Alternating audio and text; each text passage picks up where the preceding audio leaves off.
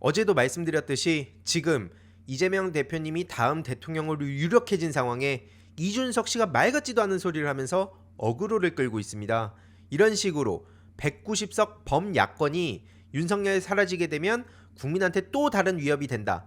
이건 우리가 봤을 때 말도 안 되는 소리를 이준석이라는 사람이 하고 있는 건데, 중요한 건 어제 말씀드렸지만 언론에서 이거를 본격적으로 띄워주기 시작하면, 그리고 이준석이란 사람 자체를 놓고 다음 대선에 나올 수 있냐 없냐, 이것부터 하나씩 그 정치인이나 평론가들이 방송에 나와서 얘기를 하기 시작하면 어느 순간 이게 주 의제가 돼버립니다.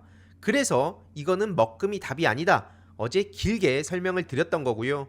실제로 이런 얘기를 하죠. 어떤 무리한 입법을 했을 때, 아니면 개헌 발동했을 때 해제하거나 막을 수단이 없는 거다, 이런 식으로 이준석 씨가 열심히 입을 털고 있다는 겁니다. 이게 민주 진영에서 계엄을 발동할 이유가 있습니까? 지금 여태까지 그런 적이 한 번이라도 있습니까? 근데 윤석열로 인해서 다수의 국민들이 공포를 느낀 이 상황에 거기에 또 탑승해가지고 이런 식으로 민주 진영에 뒤집어 씌우고, 그리고 이 똑같은 얘기, 무슨 야당 독재다, 뭐 예산 가지고 뭐 폭주를 한다, 이따위 얘기를 떠들었던 게 죄다 그 윤석열 내란 동조 세력들이었습니다.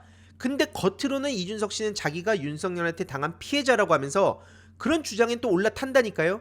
그러니까 한마디로 자기가 유리한 것만 쏙쏙 골라가지고 자기 필요한 얘기들, 그런 거는 다 빨아먹고 이거는 아니다 싶은 거는 다 떠넘기고, 이게 계속 말씀드리지만 대선 지선 승리한 성과는 당대표 몫이고, 그러니까 이준석 능력인 거고, 또 이와 관련해서 명태균이라는 사람이 드러나서 이게 죄다 조작이었구나 라는 얘기가 나오는 그 어마어마한 민주주의 파괴 범죄에 대해서는 나는 모르는 일이다. 이런 식으로 어떻게 이게 양립이 가능하냐고요. 이런 얘기를 아무런 문제제기 없이 언론이 계속 받아 써주는 것 자체가 저는 납득하기가 어려운데요. 본인의 재판도 신속 판결을 같이 외쳐야 된다, 이따위 얘기를 하기 시작했다는 겁니다. 그리고 계속 말씀드리지만 이게 오늘도 보니까 계속 이준석 다운표로 해가지고 기사가 쏟아지고 있더라고요. 그러니까 계속 말씀드리지 않습니까?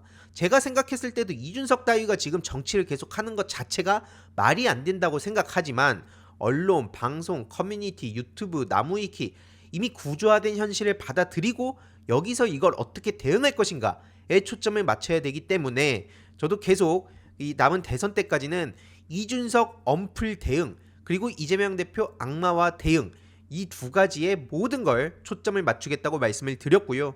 이런 와중에 김소연 씨가 갑자기 등판을 합니다. 야, 이 김소연이란 사람이 지금 어떤 소리들을 하고 있는지 저도 잘 알죠. 김소연 씨 얘기만 하면 지금 뭐 저 윤석열 내란 동조범 아니냐, 이런 얘기를 하신 분 당연히 계실 거 압니다. 근데 이준석 씨의 실체를 알고 있다고 하고 지금 어마어마한 내용을 폭로를 할 거라고 예고를 했기 때문에 이건 그냥 지나칠 수가 없겠더라고요. 보시면은 니 잘났다 그래, 니가 최고 존엄해라, 3개월짜리 당대표가 된 이유가 뭔데? 시알리스 2알을 먹고 성상납 받은 사건으로 내부 총질하다가 날아가 놓고 뭐 저렇게 말 같지도 않은 소리를 떠들고 있냐고 얘기를 하는 겁니다. 시알리스가 뭔지는 한번 검색해보시면 뭔지 금방 아실 텐데요. 성상납과 관련한 얘기인 거죠. 그러면서 이런 말을 합니다. 다음 주쯤에 이준석과 성접대 여성을 직접 의전한 사람의 음성을 공개를 했다는 얘기를 하는 거죠. 이거는 앞서 말씀드렸지만 윤석열 내란을 대놓고 옹호하고 지지했던 게 있기 때문에 이 사람에 대해서 무슨 열사라고 부르고 이래야 안 됩니다. 뭐 지금 이준석에 대해서 비판하는 사람들의 열기가 어마어마하고 그렇기 때문에 김소연을 응원한다, 이런 목소리를 더 이상 낼 시점은 아닙니다만, 결국 중요한 건 저 시알리스 공개 예고, 이준석 씨 입장에서는 똥줄이 탈 수밖에 없는 겁니다. 실제로 이준석에 대해서 거의 모든 걸 지금 알고 있는, 거의 이준석 본인을 제외하고는 유일한 상황 아닙니까? 이준석, 명태균 뭐 이런 그 사람들을 제외하고는 지금 김수현 씨가 이준석과 관련한 가장 많은 걸 알고 있다는 겁니다. 그리고 중요한 건 뭡니까? 김수현 씨가 이런 얘기를 하니까 언론이 받아쓰기 시작했다는 겁니다. 지금 이준석으로 관련해서 어떤 이야기가 도배되는 게 중요한 것인가? 이재명 대표 건드리고 민주당 폭주할 거라고 건드리고 이런 게 지금 포털에 뒤덮이는 게 중요하냐? 아니면 저 이준석이란 정치인도 아닌 사람의 그 실체, 물론 의원이지만 정치를 하는 건지 그냥 자기 주목받기 위해서 온갖 쇼만 하는 건지, 이게 과연 정치인이라고 볼 수 있는 겁니까? 어쨌든 그런 사람의 실체가 지금 포털에 뒤덮이는 게 중요한지 이걸 볼 필요가 있다는 거고요. 아무튼 이준석 씨의 성접대 여성 의전한 사람의 음성을 공개할 거라고 예고를 한 만큼 이게 어떻게 되는지도 계속 주목해서 전해드리도록 하겠습니다. 당장 이게 만약에 민주진영의 유력 정치인의 이야기였다고 생각을 해보자고요. 가만히 이렇게 넘어갈 수 있었겠습니까? 지금 이 순간에 배지를 달 수가 없었을 겁니다. 저게 터지는 순간에 바로 검찰에서 움직이고, 그러면서 그 실제로 증거가 있고 없고를 떠나서 바로 재판으로 넘어가고, 그리고 나서 어떤 부당한 판결을 받았을지 우리가 다들 상상이 되지 않습니까? 왜 이 각서를 썼냐고요. 그것도 7억 각서. 이거에 대해서 이준석 씨는 단 한 번이라도 제대로 얘기한 적 없습니다. 그냥 무슨 유튜브 보는지 알겠네요 라면서 그냥 튀죠. 명태균 게이트 때도 마찬가지입니다. 사장 남천동에서 21년 5월 15일 본인이 그렇게 떠들었던, 피자 시켜놓으라면서 입방정 떨었던 그 문제에 대해서 집요하게 물어봐도 그것도 어떤 유튜브 보는지 알겠네요 라면서 그냥 넘깁니다. 이게 패턴이 똑같잖아요. 이준석이란 사람이 위기에 처했을 때 어떤 식으로 빠져나가는지 이 정도면 모든 시민들이 다 알 수 있도록 계속 알릴 필요가 있다는 거고요. 지금 나이 제한이 변수라면서 대선 출마를 진지하게 검토한다고 하죠. 그러면서 무슨 1월 말 이전에 탄핵 결과가 나오면 어떻고 2월에 탄핵 결과가 나오면 어떻고, 이런 상황을 봤을 때 과연 이 시점에 윤석열 탄핵이 되길 바랬을까? 이준석 입장에선. 왜냐면 그렇지 않습니까? 좀 몇 달 뒤에 윤석열이 탄핵이 됐다면 이준석은 100% 안전빵입니다. 근데 지금 이런 불안정한 요소가 있는 상황에 현 시점에 이준석이 윤석열 탄핵을 바랬을지, 과연 저 인간이 탄핵을 눌렀을지 가결을 했을지 모른다는 겁니다. 이건 당연히 이준석 입장에선 굳이 불필요한 이 변수를 만들 필요가 없잖아요. 그러니까 계속 시간도 질질 끌면서 자기가 윤석열을 때리고, 그럼 자기가 당했던 피해자라는 서사만 계속 다수의 국민들한테 부각시키면 시간이 가면 갈수록 좋은 거고, 그 과정에서 이제 본인의 나이 제한의 벽도 넘을 수 있고 좋은 거 아니겠습니까? 그래서 지금 이거에 대해서 많은 의심이 되는데요. 물론 지금 이건 알 수가 없습니다. 본인 빼고는. 근데 중요한 건 또 이게 있죠. 나이의 벽을 넘고 싶어서 저렇게 엄프를 하고 있는데, 중요한 건 정작 국회의 국회의 벽을 넘을 생각은 안 했다는 겁니다. 옆에서 실제로 이게 굉장히 중요한 영상이었는데 그 옆에 담벼락 넘으면 되지 않냐? 나중에 이제 해명하기로는 보좌관이었다. 시끄러 임마라고 할 수 있지. 이런 얘기를 하는데, 시끄러 임마라고 하든 말든 중요한 건 뭡니까? 인지를 하고 있었음에도 자신의 이 엄플각, 마치 본인이 대단한 민주투사라도 된 것처럼 저렇게 쇼를 하는 이 각을 만들기 위해서 전 국민의 생명과 안전을 담보로 하고 오직 지 이미지만 챙기기 위해서 정치를 한다는 사람이 도대체 무슨 염치로 대통령 얘기를 하고 있냐는 겁니다. 배지의 자격조차 없다는 얘기가 나오고 있는 마당에 저런 염치 없는 인간이 심지어 윤석열이랑 이재명 대표를 엮어갖고 프레임 장난질을 해요? 이거는 당연히 제정신이냐는 얘기가 나올 수밖에 없는 거고요. 거듭 말씀드리지만 이준석을 그렇게 신경 쓰냐, 저건 명태균 황금폰 나오면 끝난다 라고 얘기하시는 분들의 마음도 이해는 합니다. 하지만 계속 말씀드리듯이 앞서서도 보셨잖아요. 언론인들이, 그리고 방송에서, 그리고 장성철 씨 같은 사람들이 아닌 듯이 툭툭툭 던지면서 의제를 자꾸 글로 끌고 가면 어느 순간 이준석이라는 사람을 어떻게 볼 것인가가 주 쟁점화가 한순간에 돼버린다는 겁니다.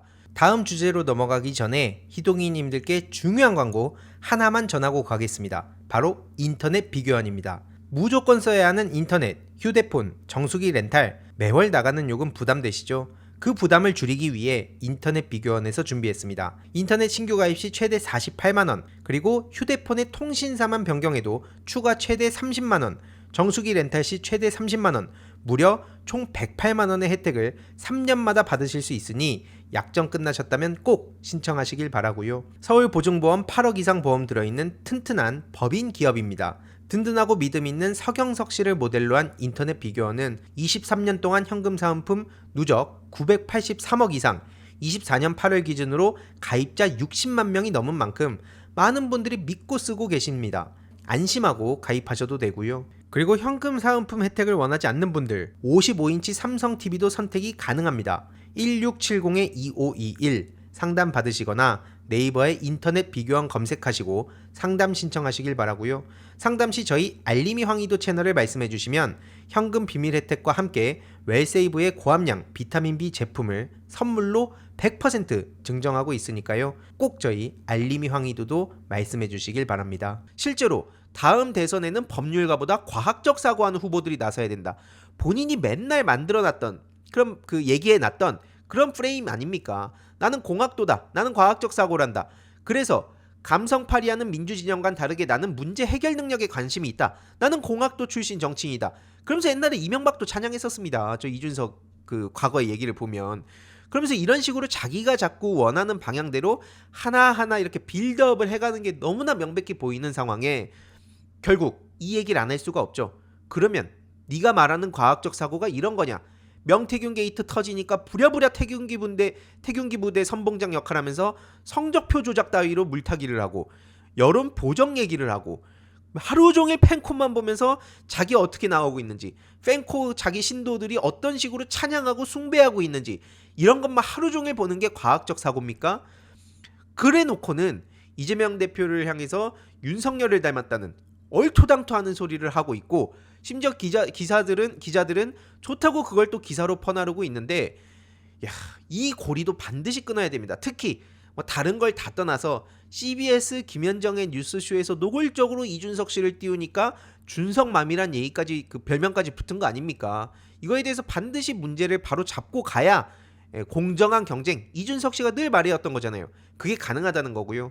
과거에 윤석열을 어떤 식으로 찬양했는지, 이게 대선 무렵이 아니고 참고로 이거는 지선 때입니다. 한마디로 윤석열 대선도 치르고 그 이후에도 3개월이나 지나서 어떤 짓거리를 저지르고 있는지를 전부 다 알고 있는 상태에서 국격이 올라간다고 표현을 해요. 대선 때도 뭐 꿈을 이뤄줄 후보다, 불의와 맞섰다, 비겁하지 않았다, 국민검사다. 지금 명태균 게이트를 통해서 드러난 거 보면 21년 때부터 윤석열이 어떤 식으로 명태균 씨에 얽혀 있었는지, 김건희 씨가 어떤 식으로 소통하고 의지하고 있었는지 본인은 누구보다 잘 알고 있었던 사람 아닙니까? 그러니까 한마디로 거기도 싸그리 다 공범이라는 거예요. 그래놓고 윤석열이 토론을 잘해요. 그러니까 이준석의 세계관은 자기 유리한 거, 자기 필요한 거는 쏙쏙 뽑아 먹으면서 오로지 승리하면 된다. 그냥 승리지상주의입니다. 저런 식으로 같이 깐부였잖아요. 저렇게 뭐 화해 쇼를 하든 뭘 하든 뻔히 본인도 알면서 이제 와가지고 무슨 투사 코스프레를 하고 있습니까? 본인이 썩은 개고기인 걸 알면서도 계속 팔아왔던 거 아닙니까? 그래놓고 윤석열 날아가겠다 싶으니까 갑자기 자기가 무슨 공익제보자 행세를 해요. 공천 개입 주요 발언이라면서 이런 식으로 떠들고 다녔던 거. 그러면서 자꾸 또 이슈의 중심에 본인이 올라탄 거죠. 그러면서 여론조사표를 줘도 읽을 줄 모른다. 내가 오퍼 이겼어? 야, 식사하러 가자. 이렇게 여론조사 표도 볼 줄 모르는 인간이 대통령 한다고 설칠 때 본인은 무슨 말을 했습니까?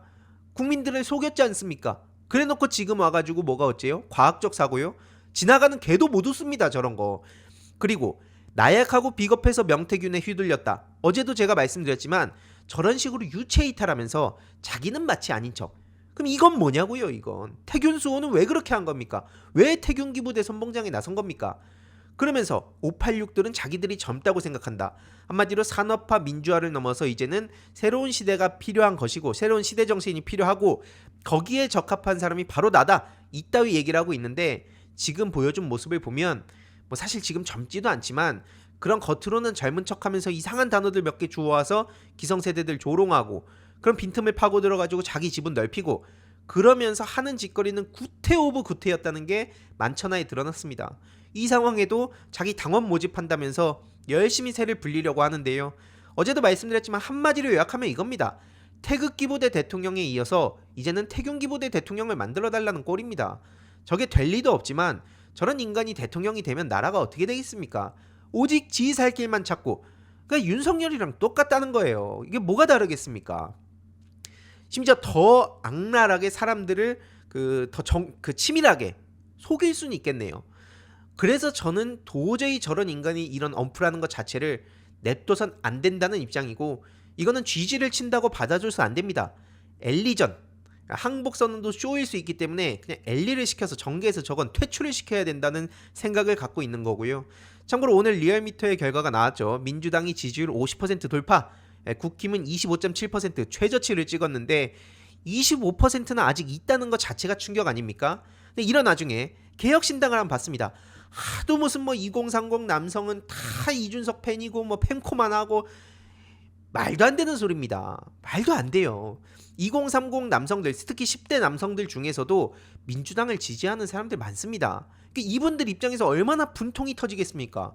왜 내가 20대 남성인데 이준석 지지한다는 그런 오해를 받아야 되냐? 무슨 이준석 씨 얘기만 보면, 펜코만 보면 죄다 전국에 있는 2030 남성들은 압도적으로 개혁신당을 지지하고 이준석을 지지하는 것처럼 착각을 할 수 있는데요. 그 프레임부터 깨야 됩니다. 절대 아니에요. 지금 민주당을 지지하는 2030 혹은 10대 남성들이 이런 부당한 이 프레임 속에서 계속 끌려다닐 때 우리 민주당은 어떻게 하면 이 남성들이 이준석 지지하지 않는다는 그런 환경 속에서 본인들의 목소리 낼 수 있을지 이 판을 깔아주는 게 급선무라고 저는 생각을 하고요. 아무튼 지금 탄핵이 가결이 되고 지금 이 순간에도 나라가 많이 망가져 있지만 그래도 하나씩 복구를 해야 되지 않습니까? 코스피 2510선을 회복했다고 하고요. 코스닥도 상승 중이라고 하지만 이거는 결코 우리가 안도할 수 있는 상황 자체가 아닙니다. 그래서 이재명 대표님은 국정안정협의체를 제안을 하셨죠. 제발 경제 분야만이라도 머리를 맞대자. 국힘이 주도권을 가져도 좋다.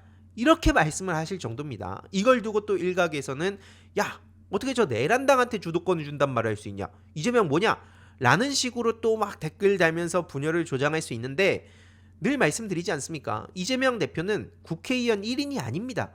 나라 이제 국정 운영을 담당해야 할 그런 중요한 역할을 해야 되는 그런 위치에 있기 때문에 이 절박함으로 봐야 된다는 거죠. 오죽 나라 경제와 민생이 박살이 나 있으면 이 정도 절박함을 전달하는 걸로 우리가 봐야지 이걸 그 텍스트만 놓고 아니 어떻게 국힘당이 저렇게 하냐 라는 그런 생각은 할 수 있지만 이게 과도하게 그런 방향으로 막 댓글들을 달고 여기저기서 분탕을 치는 건 우리가 이 시점에 예의주시할 필요가 있다 말씀을 드리고요. 지금 한동훈 대표도 결국에는 친윤에 등 떠밀려서 오늘 사퇴한다고 하죠. 한마디로 당대표직 사퇴 의사가 없었다고 했으나 갑자기 그 사퇴를 하겠다 마음을 바꿨다는 겁니다. 막 일부 의원들을 보면 책상을 주먹으로 내리치고 막 난리를 쳤다는 건데 지금 경제가 아작나는 이 상황에도 자기들은 저렇게 싸우고 있으니까 대표님이 그 절박한 마음으로 니네들끼리 권력 부스러기 나눠먹을 생각하지 말고 제발 경제부터 살리자.